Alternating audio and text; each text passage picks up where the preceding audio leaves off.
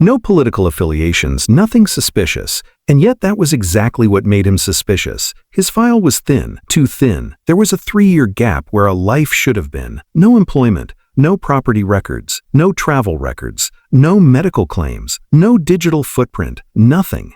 Sophia leaned closer to her screen, the blue light sharpening the angles of her face. A ghost! The next morning, she confronted her father. He has no record, Dad. Just a gap where a life should be. In my world, a ghost is usually a criminal hiding from his past. Alexander didn't look surprised.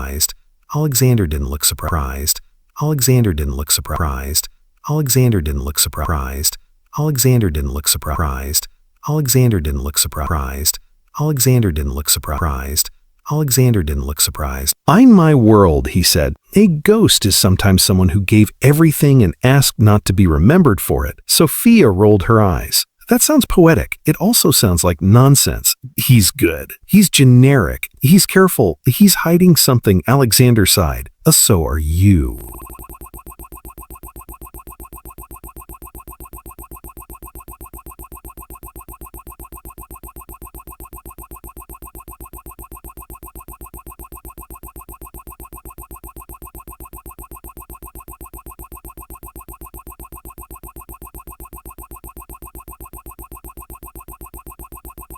Sophia's face hardened.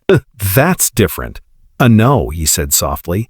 It only feels different because it's your pain. She didn't answer. From that moment on, Sophia made it her private mission to prove Julian Mercer was not what her father claimed he was. She watched him from security feed. At 6 a.m., he stood in the courtyard with coffee in one hand, eyes scanning the rooftops and alley access points beyond the gated property. At 6:17, he moved 2 large potted trees away from the western wall. Sophia called him from the intercom immediately. "Are you redecorating my courtyard now?" Julian looked directly at the camera. They created blind spots. They created symmetry. They created a place for someone to stand without being seen. Sophia laughed coldly. "You really take yourself seriously." "No," he said. "I take threats seriously." She disliked that answer even more. At breakfast, Luna sat at the kitchen island drawing stars in a notebook while Sophia poured coffee. "Do you always stare at walls?" Sophia asked Julian. "When walls have access points, yes. This is a smart house. Smart houses are usually built by people who assume technology replaces awareness." Sophia turned slowly. "My company built part of this security system." Julian met her eyes. "Then you should know what happens when someone studies the system long enough." For a second, silence filled the kitchen. Then Sophia smiled without warmth. "You know, Julian, I agreed to this because my father asked me to. But let's be clear, you are not my advisor. You are not my equal. You are here to stand near doors and make my father feel useful." Luna stopped drawing. Julian didn't look angry. He simply placed a small bowl of fruit beside his daughter and said, "Understood." That irritated Sophia most of all. He didn't defend himself. He didn't challenge her. He didn't seem wounded. He simply absorbed the insult and moved on. Over the next few weeks, Sophia continued treating him like furniture she had never wanted. She called him her babysitter in front of staff. She ignored his recommendations. She mocked his cautious habits. But Julian never reacted. He drove Luna to school each morning, then returned to the property. He checked doors, reviewed camera angles, walked the perimeter, and memorized the routines of every delivery driver, gardener, technician, and executive assistant who entered Sophia's world. Luna, however, was harder for Sophia to ignore. The little girl had a gentle curiosity that slipped through cracks Sophia didn't know she still had. She left small drawings on tables. She asked questions without fear. She once asked Sophia why her office had so many screens but no pictures. Pictures are distractions," Sophia said. Luna thought about that seriously. "My dad says memories are anchors." Sophia glanced toward Julian, who was standing near the terrace door. "Your dad says a lot of things, doesn't he?" Luna smiled. "Only when they matter." Sophia didn't know what to say to that. Meanwhile, outside the walls of Nexus, something darker was moving. Victor Crane had been watching Sophia Harmon for months. He was the CEO of Crane Systems, a rival firm with old money, ruthless investors, and a reputation for winning by any means necessary. Publicly, Victor admired innovation. Privately, he preferred acquisition, sabotage, and theft. Nexus had developed a new predictive security platform that could change the future of corporate defense. It was not just software. It was a weapon in the right hands. It could detect behavioral anomalies, prevent insider threats, and forecast breach attempts before they happened. Victor wanted it. Sophia refused every offer, so Victor stopped asking. The first sign came on a rainy Thursday evening. Sophia was alone in her office when her personal phone rang. No caller ID. Only 6 people had that number. She answered. For 3 seconds, there was only static. Then a man's voice said, "You have 48 hours. Sophia stood slowly. "Who is this?" "Someone giving you a chance to make the smart decision. I don't respond well to threats," such of bewailed. "That's unfortunate," the voice said, "because after 48 hours, things get less surgical." The call ended. Sophia stared at the phone. For the first time in years, her hands felt cold. Julian appeared in the doorway before she called him. She narrowed her eyes. "Were you listening?" "No." "Then why are you here?" Your face changed. Sophia hated that he had noticed. She handed him the phone. A threat call. Probably Victor Crane trying to scare me before the patent review. Julian didn't look at the device. He looked at her. "What exactly did they say?" she told him. His expression changed almost imperceptibly, but Sophia saw it. Not fear, recognition. "They'll move tonight," he said. Sophia scoffed. "The caller said 48 hours. That was for pressure. Tonight is for access." "You cannot know that." "I can." "How?" Julian looked toward the window where rain streaked down the glass. "Because people who say less surgical are already planning violence." Sophia swallowed. Something about his voice made the room feel smaller. He turned toward the hall. "Lock everything. No visitors. No deliveries. Dry deliveries. No staff rotation after 9. Keep Luna in the east wing. Sophia crossed her arms. You do not give orders in my house. Julian looked back at her. Tonight, I do. She opened her mouth to argue, but for once the words didn't come. At 1:23 a.m., the courtyard lights flickered, only once. Most people would have missed it. Julian didn't. Sophia was in the security room, refusing to go to bed, watching camera feeds with a stubbornness that had become her armor. Julian stood behind her, still as stone. There, he said. I don't see anything. A camera 4. Left edge. Shadow moved against the rain. Sophia zoomed in. Nothing. Then a shape passed near the western wall. Her breath caught. 2 men in dark tactical clothing moved through the courtyard with terrifying calm. They knew where the cameras were. They knew the patrol gaps. They had bypassed the outer gate without triggering the standard alarm. Professionals. Sophia's fingers flew across the keyboard. How did they get in? Your western delivery entrance links to the old maintenance conduit, Julian said. That conduit is sealed. Not anymore. She looked at him. And how did you know about that? He read the property plans. They're not in your access folder. No, he said. They were in the basement archive. Before she could respond, the 2 men reached the terrace doors.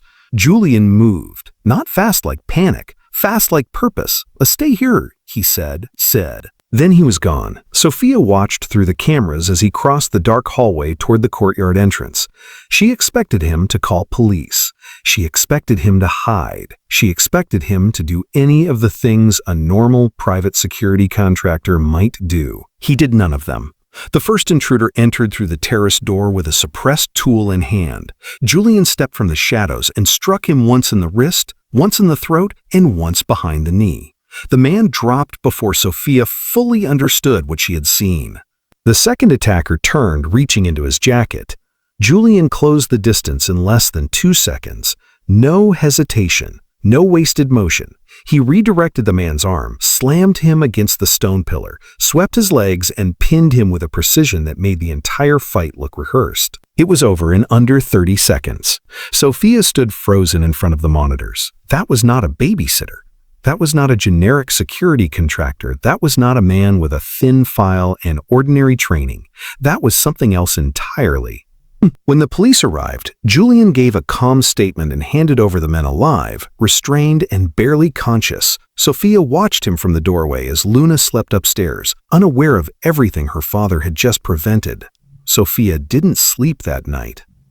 Instead, she broke laws she had once promised herself she would only bend in emergencies. This felt like one. Using a restricted government access channel her father had quietly preserved from his old life, Sophia searched deeper than public databases, deeper than private records, deeper than the clean surface Julian had allowed the world to see. And there it was, the gap, only it was not empty. It was sealed, redacted, classified. Sophia kept digging. By dawn, the truth unfolded on her screen piece by piece. Julian Mercer had not disappeared because he was running from a crime. He had vanished because the government had erased him. For nearly a decade, Julian had served as lead technical and tactical specialist for a joint federal and military task force assigned to high-value asset protection. He had protected witnesses, engineers, diplomats, intelligence analysts, and families targeted by organizations most people would never hear about. He had designed protective protocols that became national standards.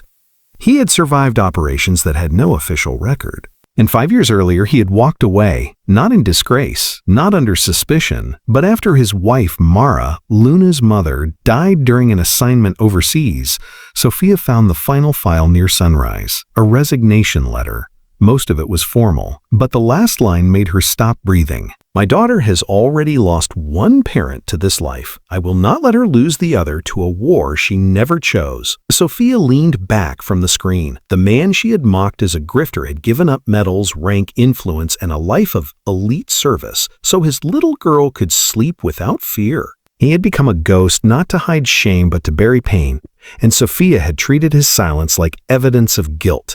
The morning light was soft when she found Julian in the courtyard. The rain had stopped. Water clung to the leaves. Luna sat nearby, drawing in her notebook, her legs swinging from a bench. Julian was repairing the planter Sophia had accused him of moving for no reason. For a long moment, Sophia said nothing. Then she spoke. I know. Julian's hands paused. He did not turn around. Sophia stepped closer. Look, I accessed files I wasn't supposed to access. I assumed you would eventually. You knew? I knew you didn't trust gaps. Sophia looked down. I treated you like a liability. I thought your silence was a cover for something dark. I didn't realize you were the only one in the room who actually knew how to keep people safe. Julian finally turned. His expression was calm, but his eyes were tired in a way she had never noticed before. I didn't come here to impress you. I know. I didn't come here to prove anything. I know that too. Luna looked up from her drawing. Is Miss Sophia sad? Sophia tried to smile, but it broke before it formed. No, sweetheart. I think Miss Sophia is learning something she should have learned a long time ago. Luna nodded as if that made perfect sense, then returned to her stars. Sophia looked at Julian again. Why did you take this job? He glanced toward Luna. Because your father asked? Because the threat around Nexus was real. Because the work mattered. He paused. And because Luna needed me to have something to do that wasn't just being afraid for her. Sophia felt those words settle somewhere deep.